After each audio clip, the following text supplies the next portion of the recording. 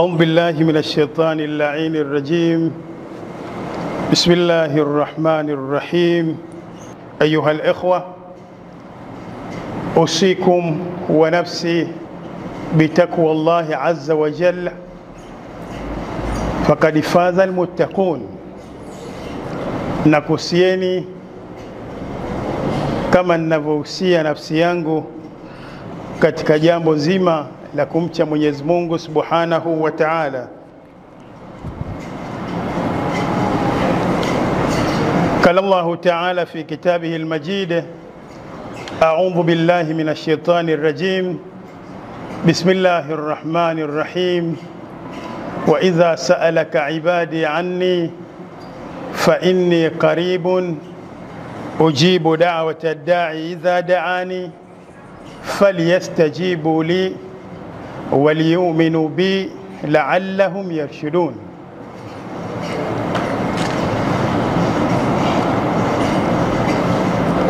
Tukiwa katika Ijumaa hii ya mwanzo ya mwezi huu wa Shawwal, baada ya kumaliza mwezi mtukufu wa Ramadhan, kwa kweli mwezi ambao tumeishi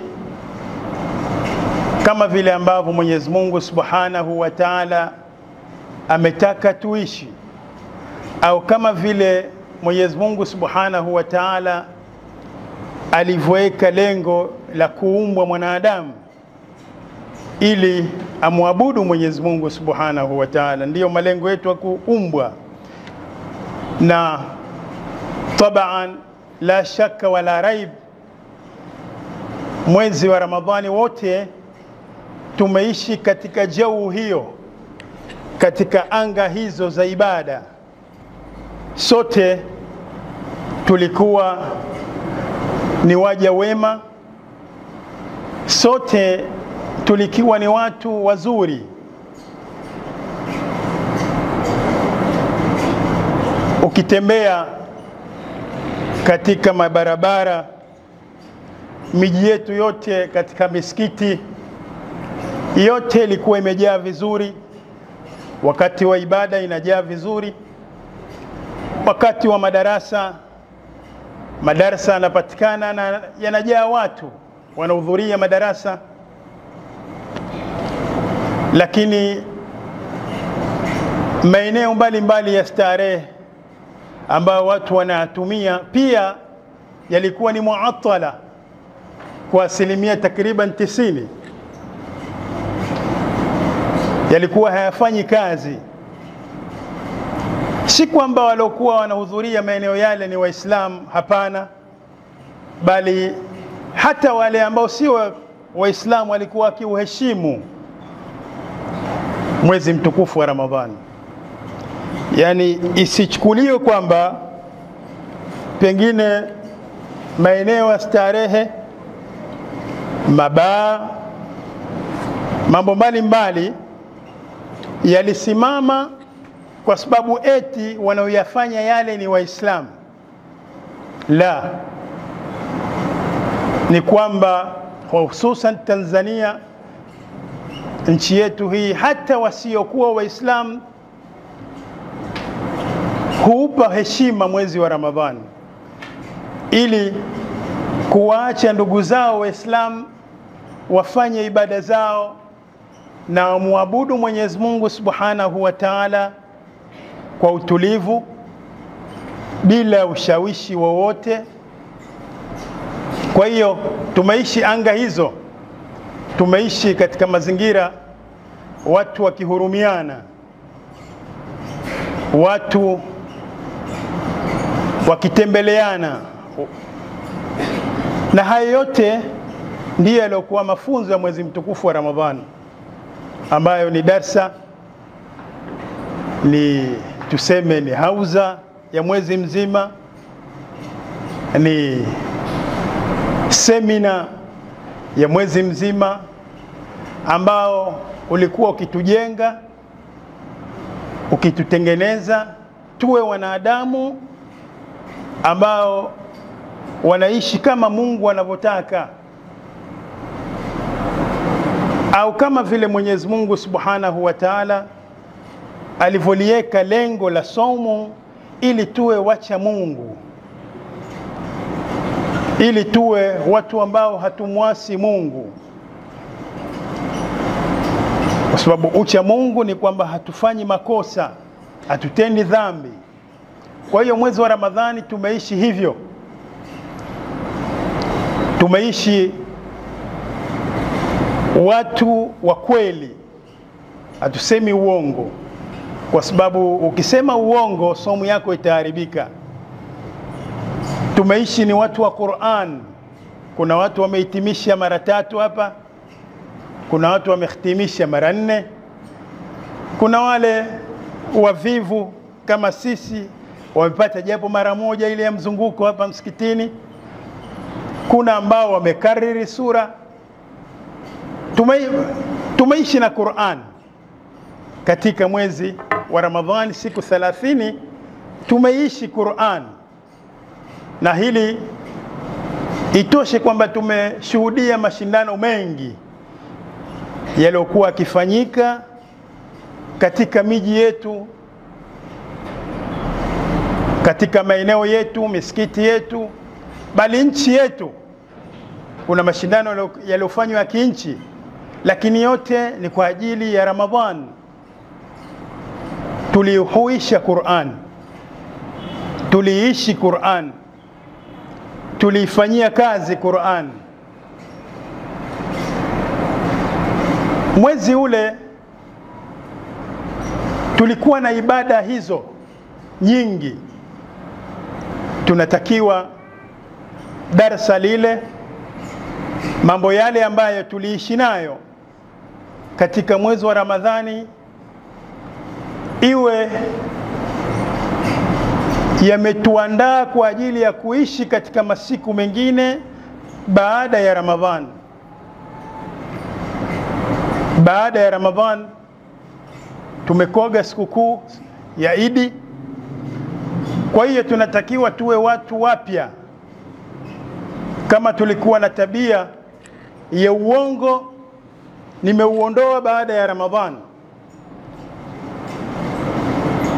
Kama nilikuwa na tabia ya kutokuswali mwanzo wa wakati, nimejiandaa mwezi wa Ramadhani, nimejitengeneza, nitaendelea katika ibada ya swala mwanzo wa wakati. Nilikuwa nasimama qiyamul laili mwezi wa Ramadhani, nitaendelea katika masiku baada ya mwezi wa Ramadhani. Isiwe qiyamul laili kilimaliza siku ile ya mwezi 29, au wengine siku ile ya ihya ya mwezi 23, utakuwa hujafaidika na Ramadhani.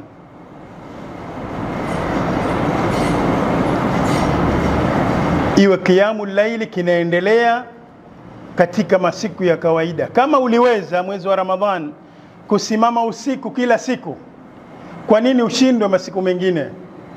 Kama uliweza kusoma aya 100 kila siku mwezi wa Ramadhani mwezi mzima, kwa nini ushindwe masiku mengine? Kama uliweza kujizuia kusema uongo mwezi mzima, kwa nini ushindwe masiku mengine?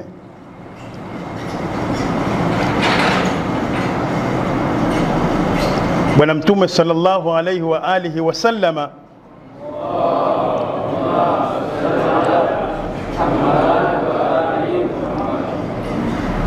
katika kupokea mwezi alikuwa anatuambia katika khutba ile, man hassana khuluquhu fi hadha ash-shahr ash-sharif kana lahu jawazun ala sirat. Mwenye kutengeneza, mwenye kubadilika tabia zake, yule ambaye mwenendo wake utabadilika, Ramadhan itambadilisha. Kama ulikuwa na tabia mkono utaacha, kama ulikuwa msengenyaji mkubwa utaacha, kama ulikuwa mzinzi utaacha. Man hassana khuluquhu, atakayetengeneza tabia zake, mwenendo wake, maisha yake ya baada ya Ramadhani yatakuwa kama vile mwezi wa Ramadhani. Hii itakuwa ni sababu wewe kwenda kutembea katika sirati kwa wepesi. Lakini kama Ramadhani itamaliza, halafu lile vazi la Ramadhani utalieka pembeni, yale malengo ya la'allakum tattaqun hujayafikia kuwa mcha Mungu. Na tunasema kwamba mara nyingi kwamba tunaposema ucha Mungu si kwamba masaa 24 uko katika nguzo za msikiti, la. Sio masaa 24 kwamba wewe una tasbihi ndefu ndio ucha Mungu, la. Sio kwamba mara kuanzia asubuhi mpaka usiku wewe ni kanzu nyeupe safi imenyooka na pasi ndio ucha Mungu, la. An la yaraka Allah, an la yaraka Allah min haythu nahaka wa an la yafqidaka min haythu amarak. Hadha huwa taqwa. Mwenyezi Mungu Subhanahu wa Ta'ala, wewe ukabe vizuri, tengeneza nywele zako vizuri, lakini sio kiduku kikubwa kile cha kutisha ambacho kitakutoa katika jau ya kijana wa Kiislamu. Tengeneza nywele zako vizuri tu, sio kiduku kile kama cha watu wa muziki. Ukabe vizuri suruali yako, lakini uivalie chini ya makalio. Unaikaba vizuri, ipo juu, imetulia. Lakini ikiadhiniwa adhana unafika msikitini. Ikiadhinia adhana unafika msikitini. Akipita binti wa watu huna habari naye, hakuhusu.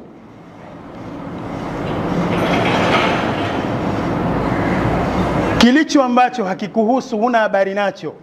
Hiyo ndio takwa. Kwamba Mungu asikupate katika yale yote ambayo ameyakataza, lakini vile vile hakukosi katika yale ambayo ameamrisha. Swala unaswali kwa wakati, siku ambazo unahitajika kufunga unafunga, mustahabati unaziweza unazifanya, wewe utakuwa ni mcha Mungu. Japokuwa huna tasbihi ndefu, japokuwa huna kilemba na joho, unavaa jinzi na fulana nzuri, lakini mcha Mungu. Kwa hiyo malengo haya tutafikia ikiwa tutaishi kama tulivyoishi katika mwezi mtukufu wa Ramadhani, kama tulivyoishi katika mwezi tulioumaliza. Kila mmoja ameshika Qur'an, kila mmoja ameswali swala zake vizuri, kila mmoja hata aliyokuwa hamiliki ametoa sadaka, kila mmoja amehudhuria katika madarasa yaliokuwa akifanyika, kila mmoja ameshiriki katika mambo ya khairi. Khairi hizi hazijamaliza katika kwa kumaliza Ramadhan, bali ndio zimeanza. Kama ulikuwa na tabia ya kuwalisha watu mwezi wa Ramadhani, kufutarisha, sasa hivi kuna wahitajia zaidi. Kuna maskini, kuna mafakiri. Yale yaliyofanywa na watu ambao hata hawahusiki kuyafanya, kama kweli walikuwa wanataka khairi, wayafanye katika miezi hii, ambao sasa hivi kuna watoto wanafikiria vipi watarudi shule, hawana school fee. Kuna watoto wanafikiria sasa hivi vipi wazee wao watawarejesha mashuleni kwa sababu hawana uwezo wa kuwalipia. Wewe ambaye umefanya, umelisha waheshimiwa, umelisha vyakula vya gharama, yaendeleze haya kwa kuwatafuta hawa uwalipie school fee. Kuna watu sasa hivi wameshafungishwa virago, wanafukuzwa ndani ya majumba, ni maskini. Wengine pengine ni walimu, maimamu ambao wanatuswalisha misikitini, lakini tayari ana notice ya kuhamishwa ndani ya nyumba. Wale watu wa khairi waliokuwa wakifanya kheri ndani ya mwezi mtukufu wa Ramadhan wapite katika misikiti, waziangalie hali za maimamu, wapite katika madrasa, ambao walimu wa madrasa ndio wanafanya kazi ya kuwatengeneza watoto wazuri, watoto waaminifu, watoto wa kweli, lakini wao maisha yao yako katika hatari. Hawana uhakika, muda wote watafukuzwa ndani ya nyumba. Wale watu wa kheri ambao waliyafanya yale, naamini walifanya kwa ajili ya Mungu, waliandaa maftari makubwa kwa ajili ya Mungu, walifanya mambo ya kheri kwa ajili ya Mungu, walitoa sadaka, mashindano ya harama walichangia, waliyafanya kwa ajili ya Mungu. Kama kweli wamefanya kwa ajili ya Mungu, Mungu yupo bado, hajamaliza kwa kumalizika Ramadhani. Matatizo bado yapo, bali ndiyo yanaanza, kwa sababu pengine maskini aliishi vizuri, hakuhangaika na chakula, kwa sababu mchana alikuwa akifunga wote, hitaji kula. Lakini ikifika muda wa kuftari, ima anaftaria msikitini yeye na wanawe, akiondoka hapo anaondoka na kibakuli chake cha daku. Kwa hiyo alikuwa hahitaji kuomba mwezi wa Ramadhani, yale mahitaji ya lazima alikuwa akiyapata. Alikuwa akiftari na familia yake msikitini, akiondoka ametiliwa chakula kilichopikwa, aenda kula daku, akiamka anaamka na saum. Hawa watu wanaendelea na maisha. Watu wa kheri waendelee kuyafanya haya katika miezi ya kawaida. Hapo watakuwa wameitendea haki Ramadhan. Hapo watakuwa wamefaidika na mwezi mtukufu wa Ramadhan.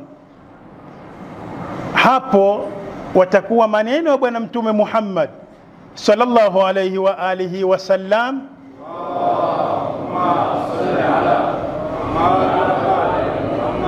ambayo anasema man hassana khuluquhu, mwenendo wake utabadilika, utakuwa mzuri, kana lahu jawazun ala sirat, atakuwa na wepesi wa kupita katika sirat siku ya kiyama, katika safari ile nzito, safari ambayo hamna ambaye anaiweza. Haya mambo ya kheri ndiyo yatafanya wepesi. Kwa hiyo wito wetu kwa watu wa kheri, watu ambao wamefanya mengi mwezi mtukufu wa Ramadhan, wayaendeleze yale, isiwe yameisha kumaliza Ramadhan. Lakini vile vile sisi wengine tubadilike kwa kuwa waja wema, kwa kuishi kama Mungu anavyotaka. Yasije akatupata maneno ya Bwana Mtume Muhammad sallallahu alayhi wa alihi wasallam,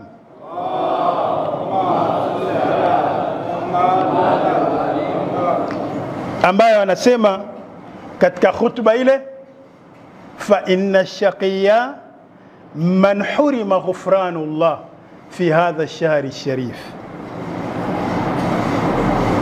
Mtu muovu kabisa, mtu mbaya, mtu ambaye shaqi ni mtu ambaye ana sifa zote mbaya, ni yule mtu ambaye atanyimwa msamaha wa Mungu katika mwezi mtukufu wa Ramadhani. Atakuwa hajafaidika na mwezi wa Ramadhani. Fa inna ash-shaqiya man hurima ghufranullah, ni yule ambaye imeisha Ramadhani, siku ya pili tayari ana vimada wamerudi katika nyumba yake. Mwezi wa Ramadhani umemaliza, siku ile ile ametembea Kariakoo, ameiba nguo 3-4 kwa ajili ya kuvaa, anasema anaenda kukoga Idi kwa nguo ya kuiba. Kesi nyingi tumeziona kwenye mitandao. Ima mwanamama anaingia dukani, anachagua muuzaji ameshughulika, anaficha nguo, anaiba, kamera inamchukua, na anategemea nguo hii ndiyo akavae siku ya Idi. Mwingine anaiba kanzu, mwingine anaiba simu. Fa inna shaqiya man hurima ghufranullah. Na dalili kwamba huna msamaha wa Mungu ni kwamba Ramadhani imemaliza tu, wewe tayari uko katika ile ile taratibu yako, katika yale maisha yako ya kabla ya Ramadhani. Ukitaka kujua kwamba wewe ni shaqi, wewe ni mtu muovu, ni mtu mbaya, ni mtu ambaye huna nafasi kwa Mungu, ni kwamba jiangalie wewe mwenyewe. Bali insanu ala nafsihi, hebu malizeni, mbona muitaki? Bali insanu ala nafsihi, anaweza kujihesabu mwenyewe, anajua huu taratibu ndio ulioishi Ramadhani. Hivi ndivyo nilivyokuwa. Tukiulizana hapa kama watu watakuwa kweli, kuna watu hawajaswali salatu subuhi leo, kuna watu hawajaswali swala ya asubuhi, sio qiyamul layli. Achana na qiyamul layli, tahajjud. Swala ya asubuhi utawapata kuna watu hawajaswali mpaka muda huu. Kwa kama hujua swali, ukimaliza hapa ufanye kadha. Ukimaliza swala ya Ijumaa hapa ufanye kadha, kwa sababu utakuwa ni shaqi. Kuna watu pengine toka mwezi 30 tulipofunga hapa hawajafungua tena Qur'an. Lakini kuna watu, kuna ibada kubwa ambayo ilikuwa ndio litegemewe maudhui yangu, lakini imechukuliwa na huu mkadima mrefu. Ibada kubwa ya dua ambayo tulikuwa tukiishi nayo Ramadhani nzima hapa msikitini, dua al-iftitah na dua nyingine mbalimbali ambazo tulikuwa tukisoma mwezi mzima wa Ramadhani. Kuna watu pengine hawajasoma dua hata siku moja. Moja ibada kubwa muhimu ya kuendelea nayo ili udumu katika yale ambayo umeyafanya. Mwenyezi Mungu akubakishe katika yale ambayo umeleleka ndani ya mwezi mtukufu wa Ramadhani. Moja ni dua, ni kumuomba Mungu. Fa inna shaqiya man hurima ghufranullah fi hadha ash-shahr ash-sharif. Bwana Mtume sallallahu alayhi wa alihi wa sallam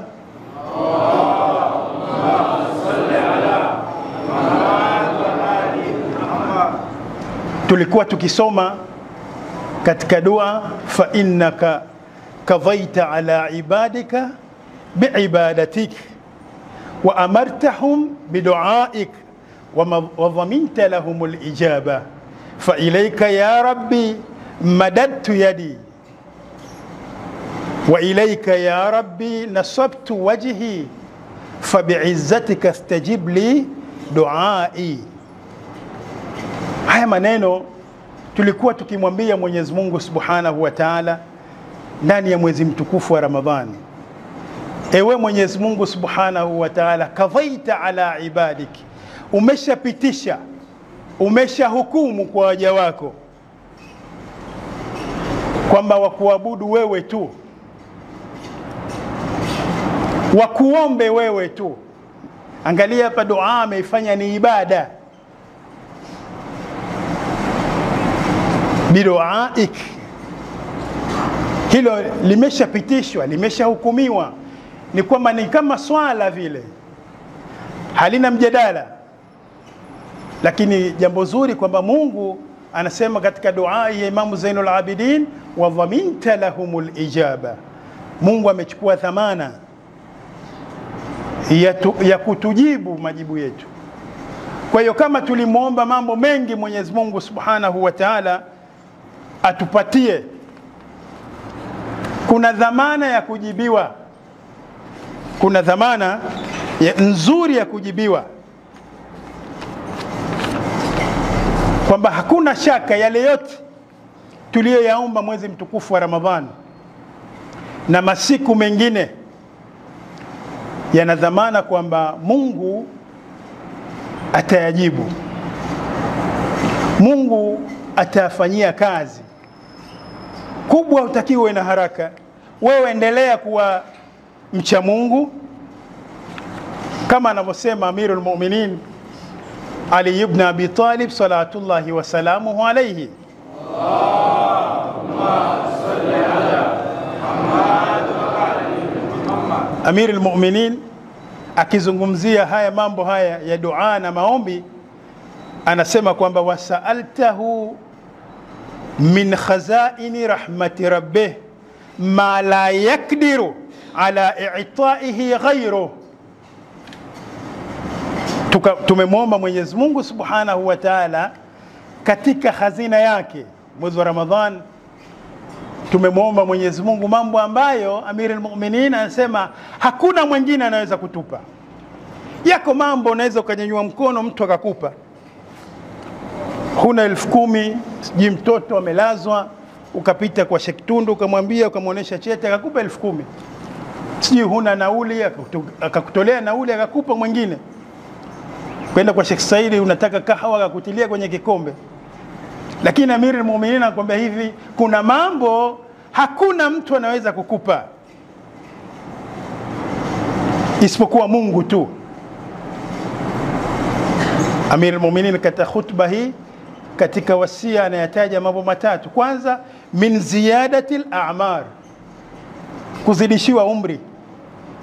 Tumemwomba Mwenyezi Mungu Subhanahu wa Ta'ala, hakuna anayeweza, si serikali, si wale wenye uwezo mkubwa, si tajiri yoyote, hawezi kukuzidishia umri. Dada Fatma, Mungu amrehemu, alikuwa anatamani afike kama brigadia, lakini imeandikwa 50 ni 50 tu. Hata tungefanya vikao 1000, hata ungekusanyika wote watu wa Kimani wakisema tunatoka maandamano, aingezewe umri, tunamhitajia bado. Kisarawe nzima ikatoka, Pwani nzima ikatoka, kwamba huyu bado tunamhitaji. Imeandikwa 50 ni 50. Amirul Mu'minin anasema kwamba haya mambo haya huwezi kumuomba mtu akakupatia ma la yakdiru ala i'ta'i ghayruhu min ziyadati al-a'mar. Kwanza kuzidishiwa umri, hili ni kipi? Ni dua, ni Mungu mwenyewe. Upige goti umlilie saa 10 ya usiku, yeye tu ndio anaweza kubadilisha kwenye kalamu kule katika lauhul mahfudh, yeye tu. Unyanyua mikono, ilahi kaifa ad'uka wa ana wa kaifa aqta'u raja'i minka wa anta. Ilahi idha lam ad'uka fatastajiba li faman dha alladhi ad'uhu fayastajiba li. Ilahi idha lam atadarra ilayka fatarhamani faman dha alladhi atadarra ilayhi fayarhamni. Haya maneno umweleze Mungu.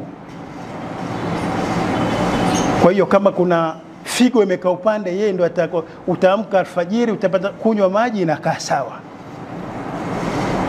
kwa dua yako. Kuna sijui kisukari, atakuletea mtu, atakuja akwambia hebu kunywa haya maji, utakunya utakaa sawa. Wakati jana ulipoenda kupima ukamwambia bana we ahadak, andika wasia, lakini sikuwapi na Sheikh umefanyaje wewe? Ali ibn Abi Talib salatullahi wa salamuhu alayhi,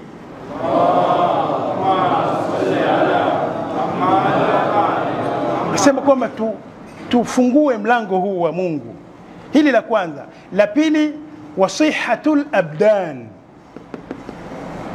siha, afya. Hakuna utakayemuomba akakupa afya.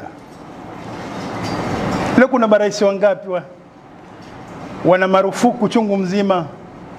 Maraisi, kuna matajiri wangapi ambao hawatumii sukari, chumvi na vyakula vizuri, bali hawatumii kinywaji kizuri cha kahawa? Wana marufuku. Wanaitamani lakini hawawezi, wana marufuku. Wangapi wako wakitolewa mashine wanazikwa sasa hivi, mamilionea wangapi?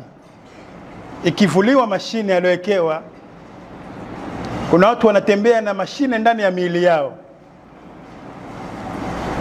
Amir al-Mu'minin anasema afya huwezi kuipata kwa mwingine isipokuwa kumwelekea subhanahu wa ta'ala. Sihatul abdan, uzima. Na wapa hongera wazee wangu ambao pamoja na afya zao lakini bado wako na Mungu. Mungu anawapa nguvu ya kuendelea kuja msikitini. Kwa hiyo jambo la afya haliko mikononi mwetu, haliko mikononi kwa mtu, haliko kwenye uwezo wa mwanadamu. Kuna hospitali ya kimataifa kutisha tu, alafu unasikia, tunajiuliza kwa nini huyu amekufa sasa? Amepelekwa India, amepelekwa China, amepelekwa, alafu kule amezungukwa na madaktari bingwa wote shikila unawajua wewe, alafu wewe unapiga kikombe cha M40 tu, maradhi yale yale unapona, yeye anamuondoa duniani. Amir al-Mu'minin salatullahi wa salamuhu alayhi,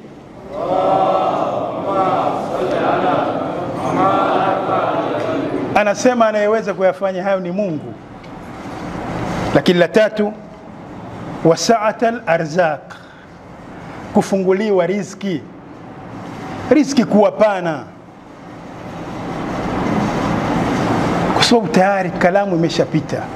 Mungu kupa riziki pana, fanya mambo ya kheri, muombe Mungu.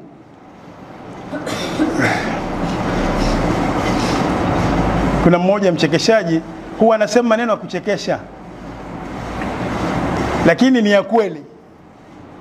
Ni ya kweli. Anasema hakuna tunguli, hakuna mtishamba, mtishamba ni Mungu, tunguli ni Mungu. Katika moja wanaojiita machawa anasema maneno kila siku, hakuna mtishamba, hakuna nini, mtishamba ni Mungu, tunguli ni Mungu. Amir al-Mu'minin anasema tumuombe Mungu sa'atul arzak, ili Mungu atufungulie milango ya riziki, riziki iwe pana, tumtegemee, tusitegemee wanadamu. Tuendelee na ule utaratibu ambao tulikuwa tukifanya mwezi wa Ramadhani. Dua zisikatike baada ya swala, si unaswali tu alafu unakimbia kwamba ile ya adhimu ilikuwa mwezi wa Ramadhani tu ukisoma. Endelea nayo katika siku za kawaida, endelea nayo baada ya swala zako, baada ya muda ambao wa faragh, jitengee muda, muombe Mwenyezi Mungu Subhanahu wa Ta'ala akufungulie milango ya riziki, riziki iwe pana, usimtegemee mtu yoyote. Amir al-Mu'minin salatullahi wa salamuhu alayhi,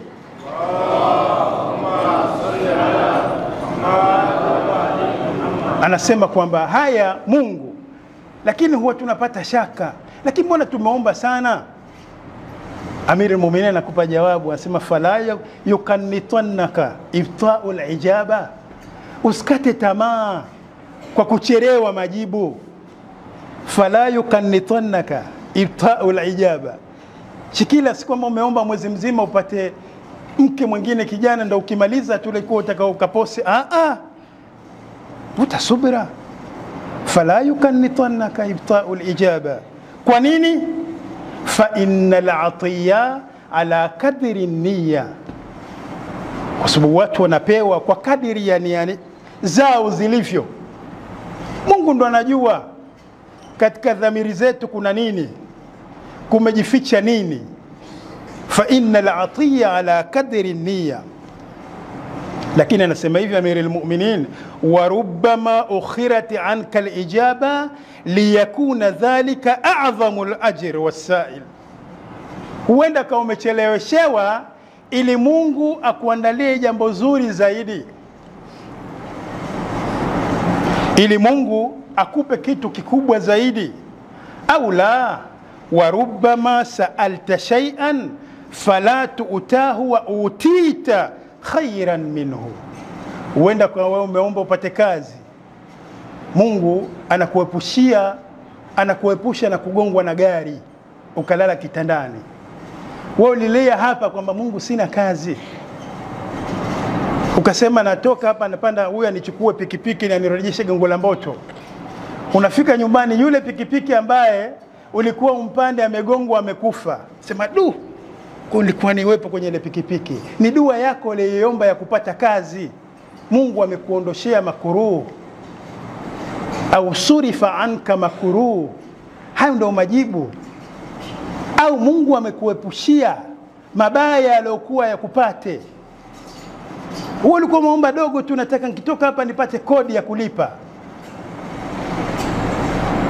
Umekaa pale unanyanyuka tu pakutilia udhu, ukuta unaanguka unapiga pale. Ukuta ulikuwa unipige mimi na ulikuwa kuvunje miguu yote. Ile dua ya kodi Mungu amekuepusha na kuvunjwa miguu, alafu ukalala kitandani. Au surifa anka makuruhu, au umeepushiwa makuruhu ambayo yalikuwa yakupate. Haya yote ni maombi yetu tunawafanya katika masiku haya. Bismillahirrahmanirrahim. Idha jaa nasrullahi wal fath wa ra'aita an-nasa yadkhuluna fi dinillahi afwaja fasabbih bihamdi rabbika wastaghfiruh innahu kana tawwaba. Bismillahirrahmanirrahim. Alhamdulillahi rabbil alamin.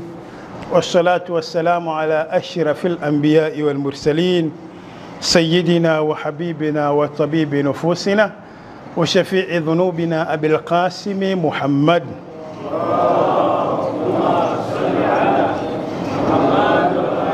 Wa ala alihi at-tayyibin at-tahirin wa ashabihi al-muntajabin. Au surifa anka lima huwa khairul laka fala rubba amrin kad talabtahu fihi halaka dinik. Huenda ukawa katika maombi yako umeomba jambo, kumbe jambo hilo lina maangamizi katika dini yako. Umeomba Mungu akupatie usafiri, huna gari, maskini, Mungu akupe gari. Kumbe ukipewa gari itakuwa ni sababu ya kuifanya ndio danguro gari hiyo wewe. Fihi halaka dinik, wewe hujui. Umeomba upate bodaboda, kumbe itakuwa wewe ndio hatari bodaboda kwako. Ukipewa siku pili unagongwa unakufa. Fihi halaka. Kumbe hicho ulichokiomba ni maangamizo kwako, lakini wewe hujui, maskini.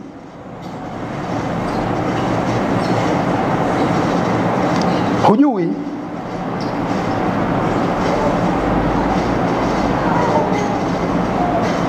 Kwa hiyo tuombe vile vitu ambavyo ni vizuri na vina maslahi yetu ya akhira na dunia, lakini tusione tabu pale ambapo yale ambayo tumemuomba Mwenyezi Mungu Subhanahu wa Ta'ala hatukuyapata vile ambavyo sisi tunatarajia au tulikuwa tunatarajia tuyapate. Mungu ana taratibu nyingi za kupokea maombi yetu. Bismillahirrahmanirrahim. Inna Allaha wa malaikatahu yusalluna ala nabi ya ayyuhalladhina amanu sallu alayhi wa sallimu taslima.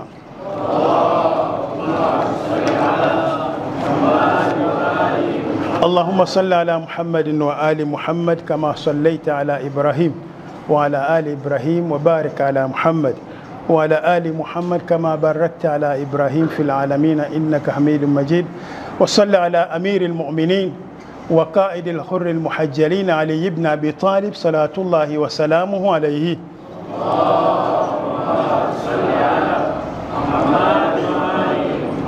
وصلى على فاطمة الزهراء سيدة نساء العالمين صلاة الله وسلامه عليها.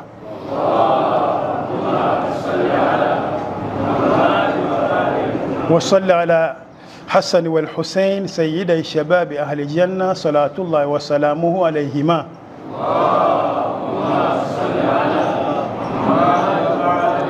وصل على أئمة المسلمين علي بن الحسين ومحمد بن علي وجعفر بن محمد وموسى بن جعفر وعلي بن موسى ومحمد بن علي وعلي بن المحمد والحسن بن علي والقائم المنتظر المهدي صلاة الله وسلامه عليهم.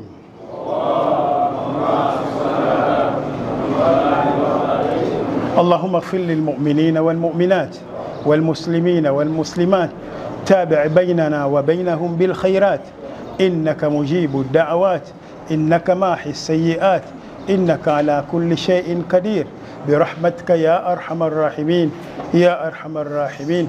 بسم الله الرحمن الرحيم. إنا أعطيناك الكوثر، فصل لربك وانحر، إن شانئك هو الأبتر.